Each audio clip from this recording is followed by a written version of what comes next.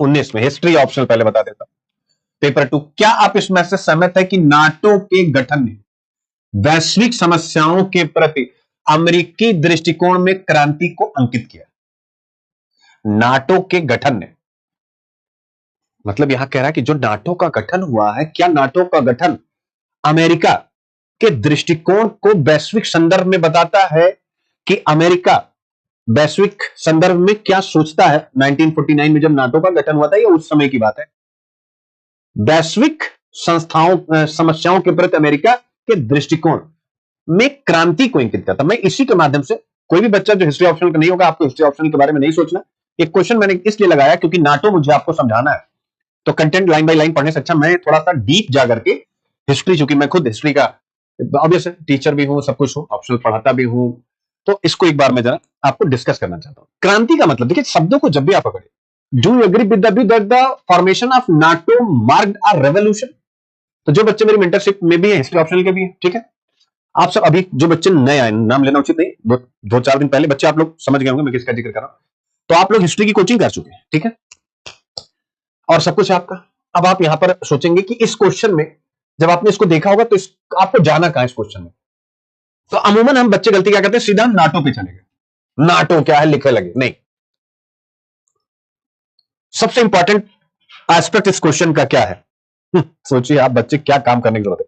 सबसे महत्वपूर्ण अंश इस टॉपिक का क्या है? बोलिए। क्रांति, रेवोल्यूशन।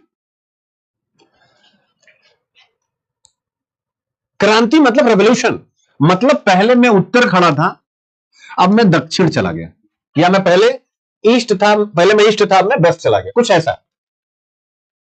यानी इसको बोलते हैं रेवोल्यूशन। शब्द जो होता है इसको बोलते हैं क्रांति हिंदी में, इसका मतलब होता है आमूल चूल परिवर्तन।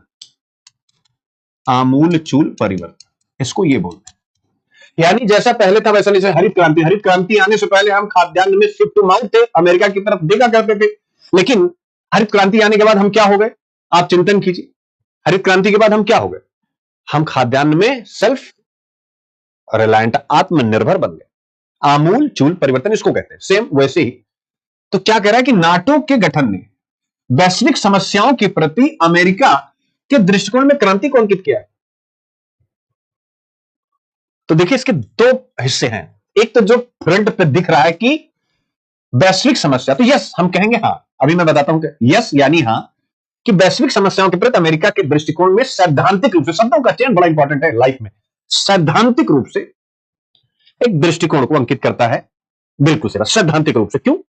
आप अगर फर्स्ट वर्ल्ड वॉर देखोगे या सेकेंड वर्ल्ड वॉर देखोगे या between the both world war देखोगे, यानी दो राष्ट्रों के, दो विश्व युद्धों के बीच अमेरिका की अगर आप डिप्लोमेसी को देखोगे तो उसे वैश्विक मामलों से कोई मतलब था नहीं बॉस। प्रथम विश्व युद्ध में जब बुला लिया गया शांति के लिए तो आ गए। सेकेंड वर्ल्ड वॉर में तब तक नहीं घुसे जब तक कि जापान ने पर्ल हार्बर पर हमारी बैंड नहीं बजा दी। पर्ल हार्बर पर हमारी बैंड नहीं बजा दी, तब तक हम नहीं घुसे।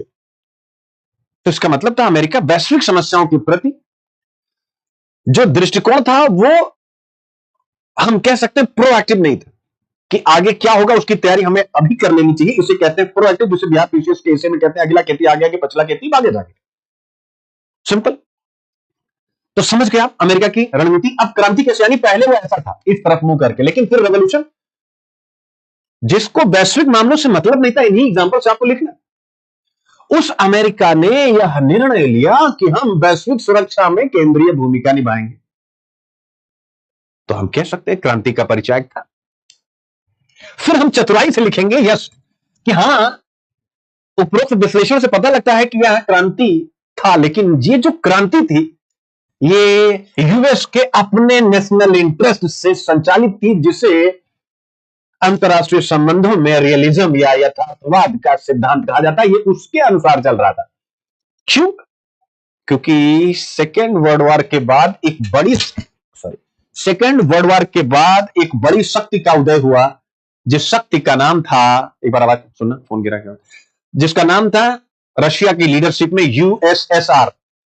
तो एक तरफ यूएसएसआर, एक तरफ यूएस, यानी बाइपोलर वर्ल्ड बन गया था, द्विध्रुवीय विश्व बन गया था। ऐसे में पूंजीवाद को समाजवाद से खतरा था, क्योंकि समाजवाद विभिन्न देशों को आकर्षित कर रहा था। समाजवाद आकर्षित कर रहा था सामान्य लोगों को, वोटर्स को, सबको। तो रिजल्ट क्या हुआ? नाटो का गठन कर लिया गया। तो ये दो चीजें आपको लिखनी, और लिखनी किसमें? क्रांति पे। अब जो बच्चा क्वेश्चन की डिमांड पकड़ना नहीं जानता है वो नाटो पे लिखेगा। मैंने कहीं बताया ही नहीं कि नाटो का गठन 1949 में हुआ, पहली बार ये शामिल थे, बाद में इसका विस्तार ऐसे हुआ। क्या जिक्र किया? क्यों नहीं किया? हमें आता है, हमने पढ़ा है, इससे मैटर नहीं करता। मैटर यह करता है कि क्वेश्चन की डिमांड क्या है।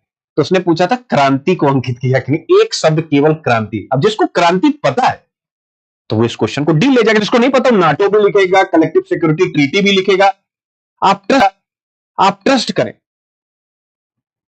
क्या लिखने की जरूरत है? नाटो क्या है, इसके मैंडेट क्या है? बिल्कुल नहीं, शब्द लिमिट होता है। तो एग्जामिनर क्या होगा? खुश होगा कि वाह, बच्चे ने 200 शब्द में समेट के रख दिया।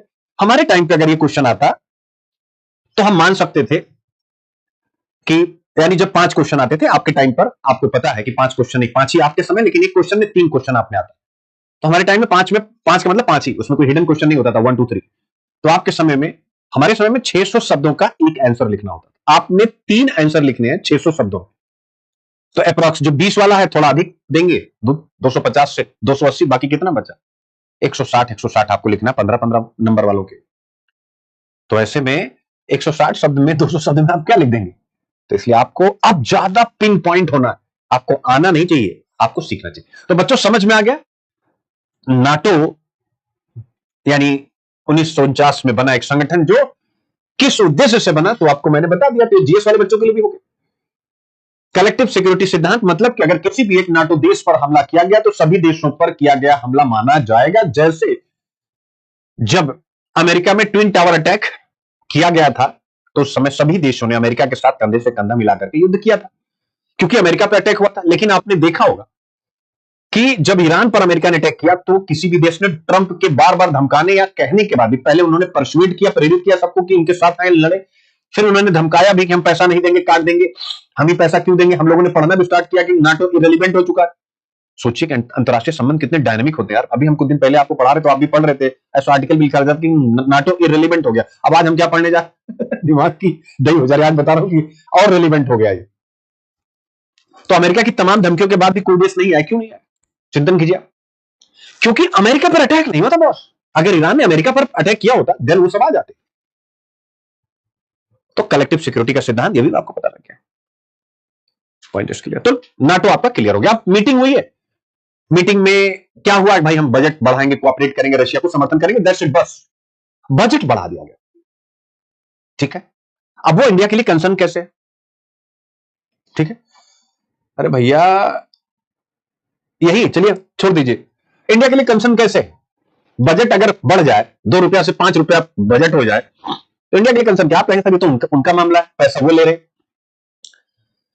पैसा वो दे रहे हैं, हमारा क्या उसमें हो रहा है? तो आपका क्या हो रहा है?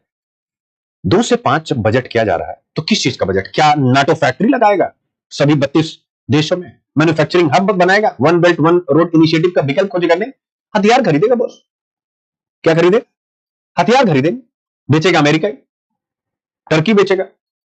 इसका मतलब अब ये लोग ज्यादा हथियार खरीद पाएंगे, इनके पास पैसा ज्यादा हो जाएगा। तो जब मार्केट में ज्यादा हथियार की डिमांड होगी तो हथियार की कमी हो जाएगी ना। तो जो भारत को फायदा मिल रहा है वो मिलेगा क्या? यानी हम बायर्स मार्केट और उसके साथ साथ एक शब्द आएगा सेलर्स मार्केट। क्या आएगा? Sellers market. क्या आएगा? Sellers market. तो अगर डिमांड ज्यादा हो गई, हथियार बनने में समय लगता है, तो अभी तक की बाजार थी बायर्स मार्केट। आर्टिकल कहता है कि अब हथियार उद्योग सेलर्स मार्केट की तरफ मूव कर गया। इसका मतलब पहले आप दुकान पे गए, कपड़ा चाहिए, ठीक है, समोसा चाहिए, कुछ भी, और ढेर सारा समोसा, ढेर सारा कपड़ा दुकान में भरा हुआ, कोई खरीद तो रहा नहीं। तो फिर आप कहेंगे भाई, वो कहेगा 100 रुपए, नहीं 20 रुपए का लेंगे। तो कहेगा नहीं 30 20, ऐसा करके आप उससे वही 100 रुपए की टी शर्ट 15 रुपए में लाख पहन लेंगे। इसको बोलते हैं बायर्स मार्केट, जब माल भरा पड़ा है। और आप क्या कर रहे हैं, अपनी मर्जी से डिमांड कर ले रहे हैं, हो गया।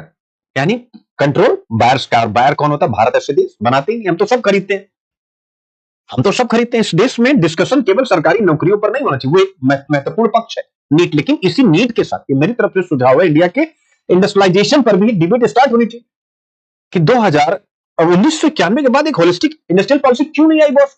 ऐसा नहीं कि सरकार ने मंतव्य नहीं दिखाया, 2017-18 में न्यू इंडस्ट्रियल पॉलिसी का ड्राफ्ट आया, उसके बाद कैसे सब शांत हो गया? कोई पूछने वाला है मीडिया जगत में इस विषय पर? हर एक सत्ता पक्ष विपक्ष दोनों मीडिया एक समर्थन में है, दूसरा उतना ही विरोध में है, बीच का कोई मीडिया है नहीं हिंदुस्तान में जो इन विषयों पर चर्चा करे, सरकार से प्रश्न करे। यानी सरकार से प्रश्न करिए, लेकिन विषय ये सारे होने चाहिए। तो जब बायर्स मार्केट सेलर्स मार्केट की तरफ मूव ऑन कर रहा है, तो अब सेलर्स मार्केट का मतलब, अब भैया दुकानदार, कभी आप गए होंगे किसी दुकान में, जरा महसूस कीजिएगा, यानी अब दुकानदार की चलेगी, यहां खरीदने वाले की चल रही थी, अब दुकानदार। जब ढेर सारी डिमांड हो गई, उसको लगा है कि तुम भी मांग रहे हो, चार ठोर खड़े होकर आप कहेंगे भैया ये 100 रुपए का है, 95 रुपए नहीं, 100 रुपया से 1 पैसा कम नहीं लेंगे। लेना हो तो लो, 3 ठो पीछे करेंगे, भैया हमको भी दिखाइए। तो आप क्या करेंगे? तुरंत 100 रुपया देंगे, लेंगे, और अगर लेट हो गए तो कोई जाके पहले खरीद लेगा, फिर आपका आएगा क्या है, स्टॉक में अवेलेबल नहीं है, ऑनलाइन लो या offline low, stock not available. अब क्या करोगे? तो ये हो गया है इस समय डिफेंस में जो वेपन इंडस्ट्री है, वो सेलर मार्केट के रूप में कंट्रोल हो गई। यानी अब आपको चीजें महंगी मिलेंगी और आप जब चाहेंगे तब मिलेगी भी नहीं।